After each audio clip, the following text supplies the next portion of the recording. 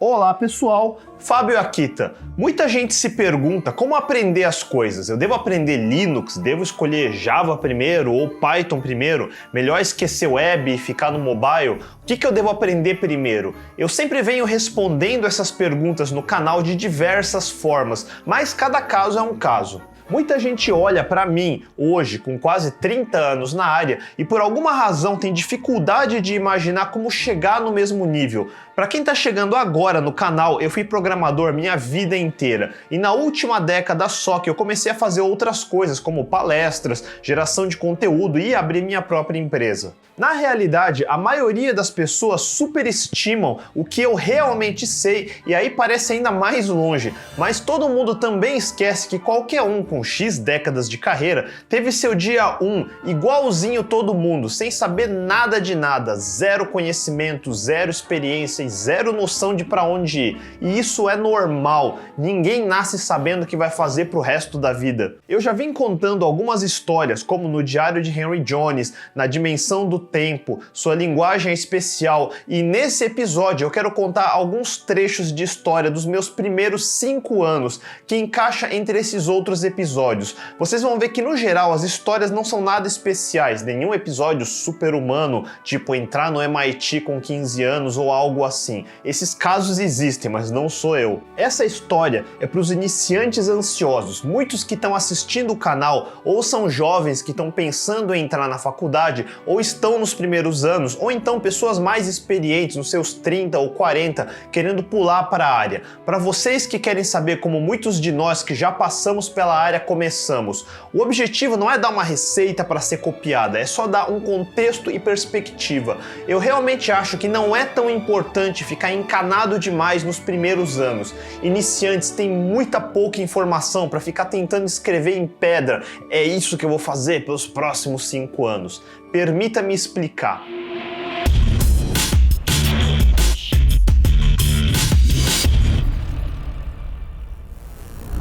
Meus primeiros anos tendo exposição à computação foi do meio para o fim dos anos 80. Eu não tinha computador na época, eu tinha primos e amigos da escola que tinham e eu podia mexer quando ia na casa deles. Na minha cabeça, um computador era uma coisa cara e inacessível para mim. Então eu só sonhava com o dia que eu teria meu próprio computador. Pensa que crianças como eu naquela época liam o gibi da Turma da Mônica ensinando o que era o dragão da hiperinflação e o leão dos impostos, destruindo tudo. A gente cresceu entendendo que era normal nosso dinheiro não só não valer muita coisa, como até virar pó. Felizmente, minha família, que veio do interior tentar a vida na cidade grande, não era pobre, mas eu tinha noção que tinha coisas que eu não devia esperar ter.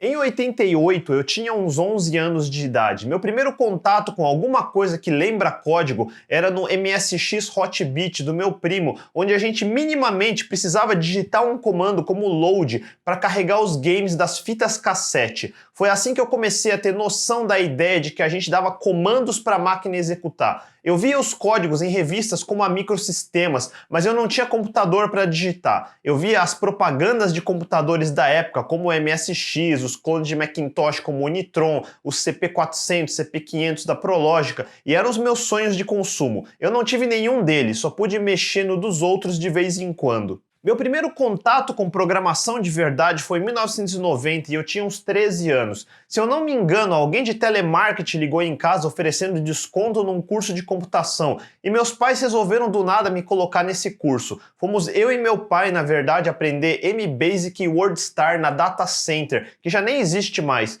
Eu ouço as pessoas atrelando o aprendizado com algum objetivo fixo e eu não entendo muito isso. Meu único desejo naquela época era programar qualquer coisa num computador, só isso. O único desejo de dar um comando e o computador me responder. Não tinha nenhum objetivo concreto. Eu não estava pensando em aprender a programar para ter uma carreira ou porque eu queria abrir um negócio, nada disso. Era 1990, pensa que foi o ano que saiu Esqueceram de Mim e De Volta para o Futuro 3 nos cinemas. Eu tinha 13 anos e zero noção do mundo. Não lembro se foi nesse mesmo ano ou no ano seguinte, mas provavelmente entre 90 90 e 91, acho que meus pais se convenceram que eu realmente gostava de programar, já que eu não desisti do curso e, modéstia à parte, eu entendia o Basic bem mais rápido que meu pai na época. Eu tinha um tio que era analista de sistemas e, se eu não me engano, ele fazia sisteminha para uma loja de shopping e outros projetinhos para outras pequenas empresas.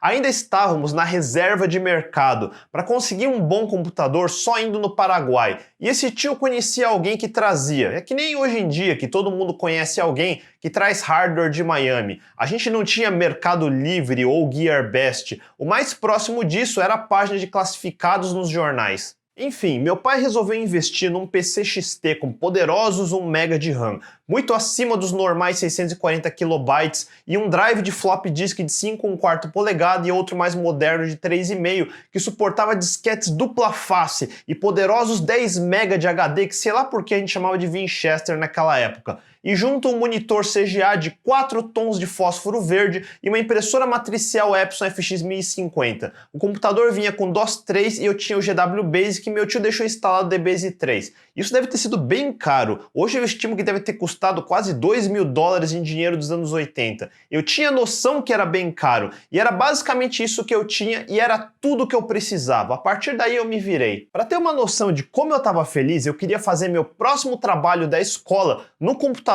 e imprimir na novíssima impressora, claro. Mas eu sequer tinha um editor de texto e não tinha internet para baixar. Então como é que eu fiz? Bom, a única coisa que eu sabia era Basic. Pois bem, eu abri o interpretador e fui digitando linha a linha do trabalho usando o comando print. E detalhe que eu não sabia e nem lembro se dava para navegar de volta para as linhas de cima. Uma vez que digitou, era difícil de corrigir depois. Então da primeira vez eu tive meio que digitar do começo ao fim sem errar. Felizmente acho que era um texto curto e foi assim que imprimi meu primeiro trabalho. Em pouco tempo eu comecei a juntar mais programas. O DOS 5 eu acho que foi onde apareceu o editor Edit e o Quick Basic. Eu consegui uma cópia do WordStar, do Lotus 123. A primeira apostila de DBase 3 eu acho que eu peguei emprestado com um primo mais velho que estava estudando. E o que eu fiz na época? Lembram que no episódio de Henry Jones eu contei que antes de ter um computador, um hobby que eu tinha era copiar textos da enciclopédia na máquina de escrever? Então, eu copiei digitando a página dessa apostila no WordStar para imprimir minha própria versão. Detalhe que eu usei pouco, porque depois de copiar todas as, sei lá, 100 páginas da apostila, eu acabei aprendendo o DBase 3. Os anos meio que não são exatos, mas eu acho que foi alguns meses depois, talvez final de 91, meu tio perguntou se eu aprendi o tal DBase e me convidou para ajudar ele nas férias da escola. E foi assim que eu consegui meu primeiro estágio. Ele passava os dias na tal loja, visitava cliente, chegava no fim do dia com especificações e explicava o que ele queria. Daí eu passava o dia seguinte na casa dele programando. Ele tinha um computador muito melhor que o meu, acho que já era um 386 com monitor VGA, e eu obviamente já estava muito feliz só de poder usar um computador mais potente e colorido. E foi assim que eu comecei a migrar do DBase para o Clipper Summer 87, que tinha uma linguagem compatível, e logo na sequência para o Clipper 5. Eu fiz programas de controle de estoque, programa para gerenciar um escritório de advocacia, programa que gerenciava não lembro o que de avião particular e coisas assim. Sendo bem honesto, eu não tenho ideia de quanto do meu código era realmente aproveitável, mas eu seguia o exemplo dos outros programas do meu tio e ouvia os feedbacks dele no dia seguinte. Lembrando que eu programava do computador dele direto porque era mais eficiente. Não tinha internet para eu poder trabalhar remoto, não tinha Git, não tinha nada disso. Controle de versão era basicamente um conceito desconhecido. Backup era em disquete. E assim foi uns 2 meses das minhas férias de verão, quando eu tinha uns 14 anos. Clipper, para mim, era o que provavelmente JavaScript, ou Java, ou Visual Basic é para muitos de vocês. A minha primeira linguagem favorita. Eu achava que dava para fazer tudo em Clipper. Meu editor favorito na época era o Norton Editor. Meu tio me apresentou para o Sidekick, que era um programa residente em memória no DOS, que tinha um help para os comandos do Clipper, utilitários como calculadora. Era tudo que eu precisava no meu ambiente de desenvolvimento.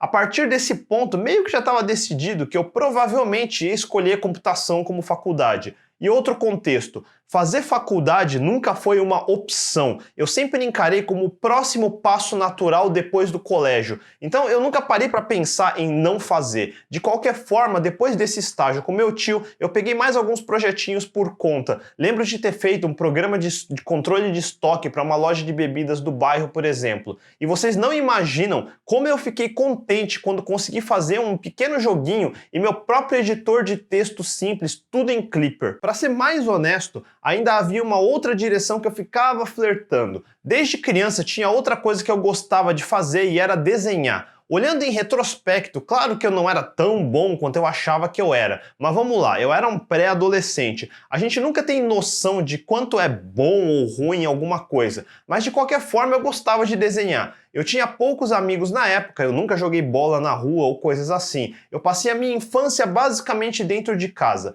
Lá pelos 14 anos, um menino da rua que estudava na mesma escola que eu acabou fazendo amizade comigo e foi interessante, porque ele era o oposto de mim. Eu sempre fui o japonês CDF, introspecto e quieto, e ele era o extrovertido. Vocês têm que entender que famílias japonesas eram bem mais rígidas, particularmente nos anos 80. De qualquer forma, nessa época a gente estava aprendendo computador ao mesmo tempo e ele, sendo mais atirado, conseguiu um bico pra gente na Fenasoft. Antigamente existiam duas grandes feiras de tecnologia, a Fenasoft e a Condex, coisa tamanho da feira do automóvel de hoje, que acontecia no centro de convenções do Anhembi. Esse meu amigo era um ano mais novo que eu, mas o filho da mãe era ligeiro e inteligente. Ele puxou conversa num quiosque da Brasoft Games num shopping e eles ficaram impressionados e convidaram ele para trabalhar na Fenasoft apresentando os jogos. Porém, teve um problema. A idade limite para trabalhar era 15 anos e ele, sendo um ano mais novo que eu, acabou não podendo ir e ele me mandou no lugar dele. Enfim, como eu disse, o evento era gigantesco, ocupava o pavilhão do Anhembi inteiro. Então imagina o tamanho. A stand da Brasoft Games era um dos maiores, com um super telão, com palco e vários quiosques menores. Acho que o ano era 1992 e as novidades eram os novos kits multimídia, que adicionavam CD-ROM com super velocidades de 2 vezes ou 4 vezes, e placas de sons, Adlib, Sound Blaster e jogos como Star Wars Rebel Assault, X-Wing e TIE Fighter. Eu contei tudo isso para chegar no seguinte episódio. E aqui eu devo dizer que não lembro de todos os detalhes, mas se não me falha a memória, aconteceu a seguinte situação. Imagina que a gente ficava nesses quiosquinhos espalhados pelo stand gigante, com um microfoninho que saía nas caixas de som daquela época, apresentando os jogos e juntavam um pessoal ao redor para ver. De vez em quando, nosso chefe subia no palco do telão e falava algumas merdas e fazia piada sem graça. E aqui vem a parte que eu não lembro se foi assim mesmo que aconteceu, mas eu lembro que eu tava ficando meio irritado com as piadas sem graças e as informações erradas que ele falava. E meio sem perceber, quando isso acontecia, meu quiosque que ficava perto do palco era interrompido porque o som do palco era mais alto. E o que que eu fiz? Eu comecei a gritar mais alto no meu quiosque. E eu acho que estava funcionando, porque o povo ficava olhando para a minha apresentação. Daí o chefe do meu chefe apareceu no meu quiosque uma hora. Eu não entendi nada, mas acho que ele disse alguma coisa tipo, você, pra lá, e me mandou pro palco. E, de novo, vocês lembram que eu falei que eu sempre fui o japonês CDF, introvertido, que nunca fala. ênfase no nunca. Eu era aquele tipo que na escola fazia trabalho em grupo sozinho, sem a ajuda dos outros, só para não precisar falar na frente da classe e deixava alguém só falar no meu lugar. Já era um esforço sobre-humano eu estar naquele quiosquinho me acostumando a apresentar para meia dúzia de pessoas aleatórias. Eu não sabia falar em público, nunca foi natural, especialmente aos 15 anos. E de repente lá estava eu, num palco, numa feira, na frente de um telão e com uma multidão olhando para mim esperando eu apresentar. Esse foi um daqueles momentos ou vai ou racha. A imagem que me veio à cabeça foi que quando eu tinha uns 10 anos ou menos, eu tive que fazer uma pequena apresentação em público num eventinho da comunidade japonesa do bairro. Eu gaguejei muito, eu desesperei e eu fugi do palco. Foi um trauma e agora, 5 anos depois, eu tive quase certeza que acontecia a mesma coisa. E para minha surpresa, eu tomei uma decisão consciente de não fugir. Essa foi a primeira vez que eu consegui falar em público direito e foi a primeira vez que eu me dei conta que talvez fosse possível falar em público. Muita gente me conhece hoje como palestrante, vocês não têm ideia de como foi difícil aprender isso. Eu nem sei dizer se a apresentação foi boa ou não, mas como não me expulsaram do palco, vou acreditar que foi bom o suficiente. Porém, o tal meu chefe, o alemão que me irritava quando subia no palco, acho que não gostou do chefe dele ter me colocado no palco, porque no ano seguinte ele me barrou de trabalhar lá.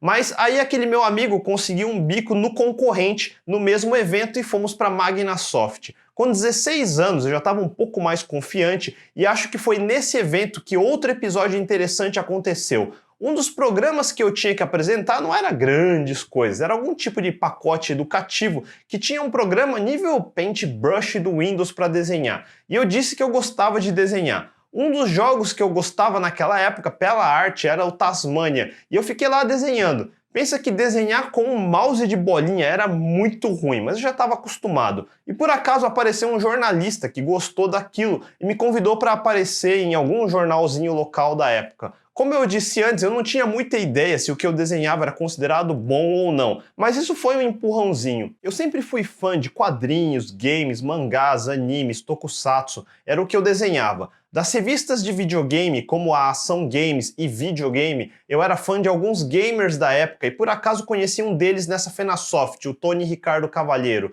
Se vocês têm perto da minha idade, talvez se lembrem desse Globo Repórter de 91 ou 92. Boa noite. Duas reportagens no Globo Repórter de hoje. A febre do videogame, o setor que mais cresce na venda de brinquedos. As novidades criadas no Japão para a diversão de milhões de crianças e adolescentes no mundo inteiro. Challenges and more await you should you dare.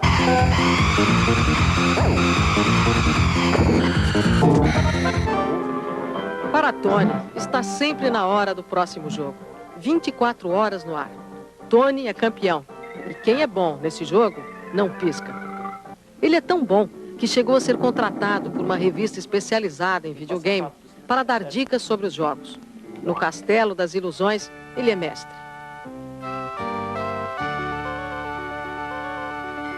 E ele aparecia lá também. Por causa desses eventos, nessa época eu fiquei mais comunicativo e fiz amizade com ele. Eu cheguei aí na casa dele com disquetes para copiar jogos e foi como eu tive acesso a coisas como Doom, The Lost Vikings, Lemmings e mais. E ele me apresentou para a revista Videogame, onde ele trabalhava fazendo reviews dos jogos. Naquela época, para conseguir programas e jogos, você tinha que pegar a sua caixa de sapato com disquete, pegar um ônibus e ir na casa de alguém que tinha. Vocês não têm ideia de como a vida de vocês é fácil com a internet hoje. Eu pensei em fazer ilustrações para a revista, já que apesar de gostar de games, eu nunca fui em nível de gamer profissional. Levei meu portfólio para a editora e eu não sei se o editor não curtiu muito meus desenhos ou se foi sincero, mas ele começou perguntando se eu sabia fazer ilustração em computador e claro, eu não sabia. Esses desenhos que estão aparecendo aqui do lado são meus lápis de 91 a 92, se eu não me engano. E ele disse, pois é, hoje em dia as ilustrações são todas digitais e vetoriais, precisa saber usar um CorelDRAW.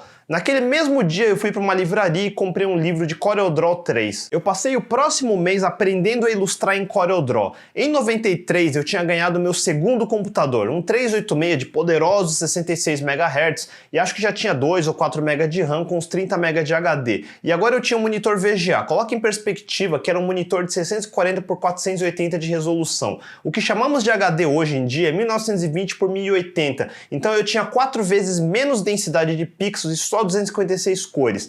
E o mouse mais barato que você acha hoje já é ótico. O meu mouse naquela época era de bolinha e ele era muito impreciso, enrolava fio de cabelo e sujeira dentro, era uma desgraça. Pense em ilustrar naquela época como era. Mesmo assim, eu treinei o quanto pude. Eu passava meus fins de semana fazendo ilustrações e depois de algumas semanas eu aprendi a maioria das técnicas e montei um novo portfólio e fui bater na porta da editora de novo. E para minha surpresa, acho que eles gostaram, porque por alguns meses eu fiz ilustrações para a revista Videogame. Era uma ilustração de matéria por mês, por alguns meses só. Não era grande coisa, mas eu já estava bem feliz de ter meus primeiros trabalhos publicados. Em 94, eu parei tudo. Eu foquei exclusivamente em terminar o terceiro colegial e consegui passar em alguma faculdade. E eu me coloquei na obrigação de passar em alguma faculdade pública, porque eu não queria que meus pais passassem os próximos 4 ou 5 anos tendo que pagar faculdade particular ou eu ter que trabalhar e estudar ao mesmo tempo para dar conta. Eu saía de casa, sei lá, às 6 horas da manhã e voltava, sei lá, 8 horas da noite todos os dias e só parei depois do último vestibular do ano. Eu realmente levei isso a sério. Tinha 3 cursos que eu podia fazer naquela época: tecnólogo em processamento de dados na FATEC, um curso que na época era novo de engenharia de software ou engenharia da computação na Unicamp e bacharelado em ciência da computação na USP. No final, passei nos 3 e escolhi fazer ciência da computação. Eu não tinha a mínima ideia da diferença dos 3 cursos naquela época. Então vamos para 1995. Para dar contexto, eu vi alguns dias atrás que vão lançar o 3º filme da franquia Bad Boys do Michael Bay com Will Smith e Martin Lawrence, e eu dei risada de como o Martin tá gordo nesse filme. Mas o primeiro saiu em 95, penso que foi 24 anos atrás. Nesse ano também saiu o primeiro Toy Story, que foi uma revolução absurda em seu primeiro longa-metragem inteiro, renderizado por computador, numa época onde pouquíssimas pessoas tinham computador em casa e normalmente era alguma coisa como um 486 de 100 MHz, e onde 4 MB de RAM era considerado bastante. Finalmente, na faculdade, eu podia deixar meus dias de CDF introspecto na escola para trás e resolvi treinar para ser mais extrovertido. Na minha época, a gente chamava os novatos de bichos. Eu acho que hoje ainda é bicho. Para dar uma ideia de como eu estava testando meus limites, eu acabei ficando amigo de um grupo que resolveu que no primeiro semestre a gente ia concorrer ao centro acadêmico contra a chapa de veteranos e nos auto-intitulamos Chapa Bicho. Lembra meus desenhos de Taz na Fenasoft e meus skills de CorelDRAW? Pois é, foi assim que eu fiz cartazes como esse aqui do lado. A gente era bem ativo e não ganhamos por muito pouco. Meu primeiro semestre na USP já começou conturbado e em paralelo a isso me engracei com a empresa Júnior e fiz cartazes para eventos na faculdade, como este outro para Oracle. Pense que em 95 o Linux ainda não tinha muito mais que uns 4 anos de vida. Internet era absolutamente opcional ainda. Muita gente ainda nem tinha ideia direito de para que servia a internet. Não se pode negar que eu tive o privilégio de poder cursar Ciências da Computação no Instituto de Matemática e Estatística da USP. Universidades como USP ou Unicamp estavam sentadas em cima do backbone da FAPESP, um dos poucos backbones que conectavam as universidades ao resto do mundo. Não era incomum algum problema nesse backbone deixar a gente ilhado e restrito a navegar só no Brasil, por exemplo. Se formos falar de sistemas operacionais como MS-DOS com a interface gráfica do Windows 3.1 por cima, por exemplo, o Stack TCP ainda era opcional. Você precisava instalar o Windows 3.1 for Workgroups ou instalar o Stack TCP separadamente. Para ter uma ideia de quão antigo eu estou falando, hoje em dia a gente usa redes cabeadas usando cabos 1000 base T ou 10G base T, cabos Twisted Pair com conector RJ45 em topologia de estrela. Antigamente eu trabalhava cabeando as salas da USP usando Ethernet sobre cabo coaxial com conectores em T em rede que exigia um terminador, que é um resistor no final da rede em daisy chain. Qualquer ponto em T no meio da rede que alguém mexesse podia derrubar toda a rede local. E eu lembro que eu não sabia disso e justo na minha máquina ficava o terminador da rede. Eu não sabia o que era aquilo e eu desconectei. Dali a pouco desce a diretora do Centro de Computação Eletrônica da Politécnica, o CCE, xingando: quem foi que derrubou a rede? Pois é, isso acontecia em 1995, a gente usando tecnologia de 1985. Enfim, eu mudei de assunto aqui, foi só para lembrar que eu já fui estagiário um dia também. Falando em ser estagiário, eu preciso deixar registrado um outro conhecimento aleatório que queimou no meu cérebro e eu nunca mais esqueci. Quem aqui sabe o que é uma gaiola de Faraday? Eu fazia manutenção dos micros das salas de computação. O CCE onde eu trabalhava era lotado de periféricos e peças. Numa das manutenções eu fui trocar o HD quebrado de um computador por um novo. O que eu fiz? Eu tirei o HD do saco plástico, coloquei em cima do saco e liguei o cabo de força para testar. Dali a pouco sobe um cheiro de queimado e eu descobri que eu fritei a placa embaixo do HD. E por quê? Pelo menos naquela época o saco tinha uma redinha desenhada do lado de fora e eu não sabia para que servia. E nesse dia eu entendi, era uma gaiola de Faraday para proteger o HD dentro. Assim como o seu carro, do lado de dentro ele é eletricamente isolado, mas do lado de fora é altamente condutor. E eu encostei a placa do HD em cima da redinha do lado de fora e liguei o HD altamente condutor, fritou tudo na hora. coisas de estagiário, pelo menos eu nunca mais esqueci. Sobre esse estágio no CCE. Antes de entrar na USP, de vez em quando, eu ajudava a BBS de um amigo meu, que era o meu vizinho da mesma rua. Lembra do meu amigo extrovertido que conseguiu os bicos na Fenasoft? Caso alguém das antigas se lembre, a BBS dele era a Medusa. O apelido online dele era Jungle. Uma das coisas que ele fazia era distribuir wares, pirataria mesmo.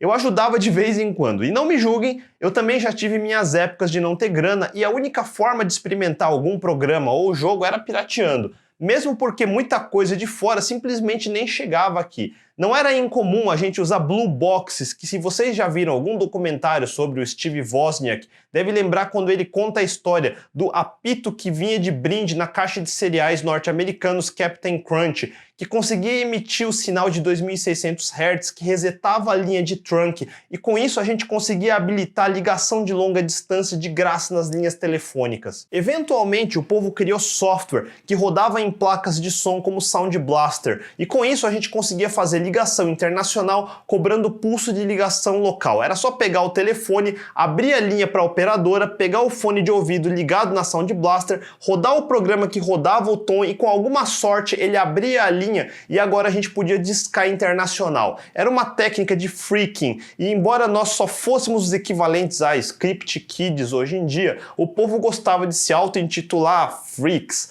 Acho que chegamos a testar black boxes também. Enfim, a intenção era conseguir conectar em BBS de outros países, como a Alemanha. E além disso, eles conectavam em servidores Unix que estavam abertos na rede. Antigamente, a senha hasheada ficava armazenada no arquivo PSWD, que era legível a um usuário guest. E o algoritmo de hash era fraco, e com Brute Force e Rainbow Tables, a gente eventualmente conseguia quebrar algumas senhas, e com isso tínhamos acesso a armazenamento em algum servidor. Daí a gente conseguia transferir programas para essas contas que dávamos hijack para fazer download com calma depois. Lembrando que era hiper lento baixar coisas via modems de 19200 baud ou menos na época. Nem estamos falando ainda de modems de 56K da última geração. Aliás, por causa desse tipo de coisa, eu acho que separaram os hashes de senha nos arquivos Shadow, que tem permissões mais restritas. Vocês nunca se perguntaram por que existem os arquivos PSWD e Shadow no Unix e Linux?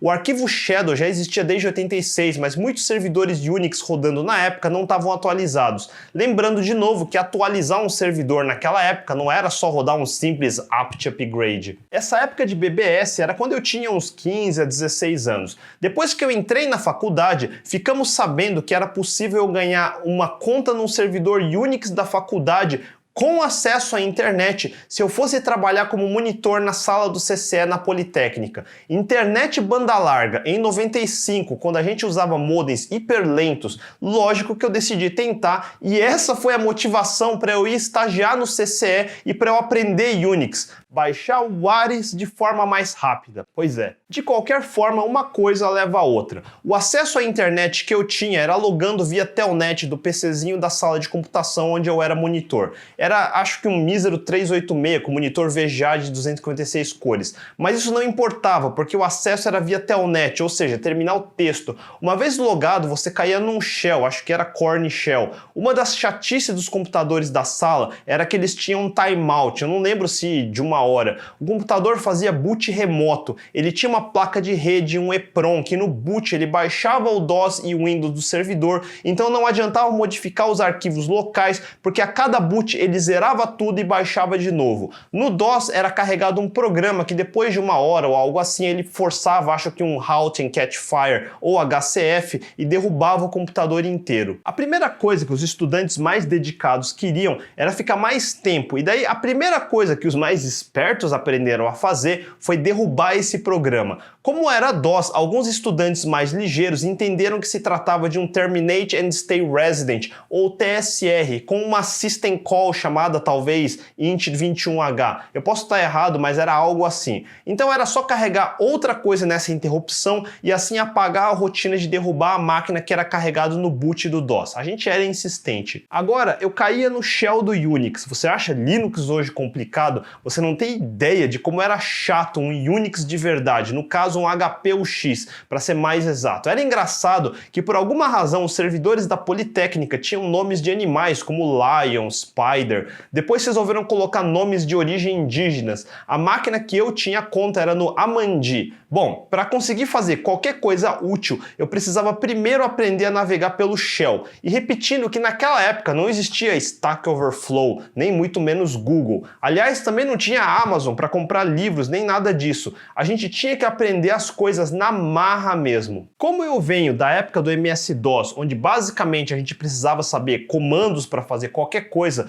o Unix era só outra linha de comando diferente. Eu não tive o choque de ter começado numa interface gráfica e de repente cair na linha de comando. Para mim foi o oposto, a interface gráfica que sempre foi opcional. Assim começou a minha jornada para aprender o básico. No DOS eu sabia listar as coisas com o comando dir, agora no Unix era usando ls. No DOS eu copiava as coisas com o comando copy, no Unix era cp. E assim foi indo, um comando de cada vez. Ajudava bastante que eu fiquei amigo de veteranos do curso de engenharia elétrica da Poli, que por alguma razão eram muito mais tech-savvy que o povo do IME na época. Por causa disso, eu tive mais amigos na engenharia da Poli do que no meu curso no IME. Era um pessoal que desenhava circuitos integrados no café da manhã. E eu falo que cursar uma faculdade não é só pelo curso em si, mas sim por esse tipo de networking. Eu era o mais novo e o mais noob de todos, e eu era uma esponja, aprendendo tudo que eu conseguia deles. Como em linha de comando não tinha um navegador gráfico, e como a web no começo era muito simples, eu usava o Lynx como navegador. Hoje em dia, com HTML5, CSS3, WebGL, é impossível usar o Lynx. Eu costumo dizer que quebraram a web hoje,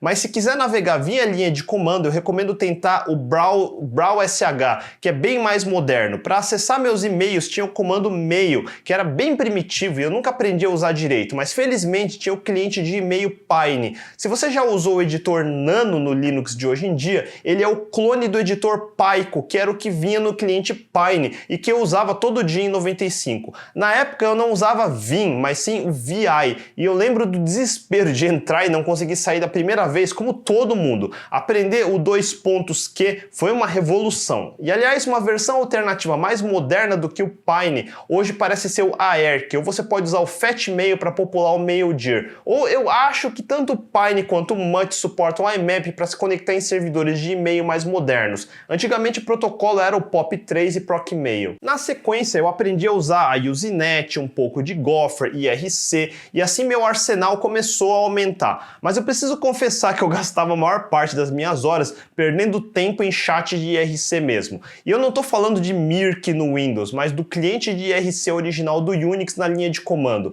A gente fuçava mensagens na Usenet, descobria servidores onde o povo deixava arquivos, baixava bastante coisa via FTP. Tinha bastante coisa gratuita, não WARES, no FTP da Unicamp na época também. Foi onde eu baixei o beta do Java, que ficava numa pasta chamada Oak, que depois eu fui entender que era o codinome do Java antes do 1.0. Os protocolos de internet na época eram muito simples, a maioria baseado em texto, e estamos falando de uma época anterior à encriptação com TLS. Então hoje usamos SSH, mas antigamente era só Telnet. Hoje usamos SCP, mas antigamente era FTP, e assim por diante. Além de FTP, muitos programinhas e mesmo imagens e outros arquivos binários eram trafegados no corpo das próprias mensagens na Usenet ou até IRC. Pensa Google Groups ou Stack Overflow de hoje. Porém, na Usenet só trafegava texto, então como trafegar binários? Então eu aprendi sobre Unix to Unix Copy Protocol, ou UUCP, e as ferramentas UUEncode e UDecode, que transformam binários de 8 bits em textos de 7 bits. O equivalente hoje seria o encode e decode de Base 64.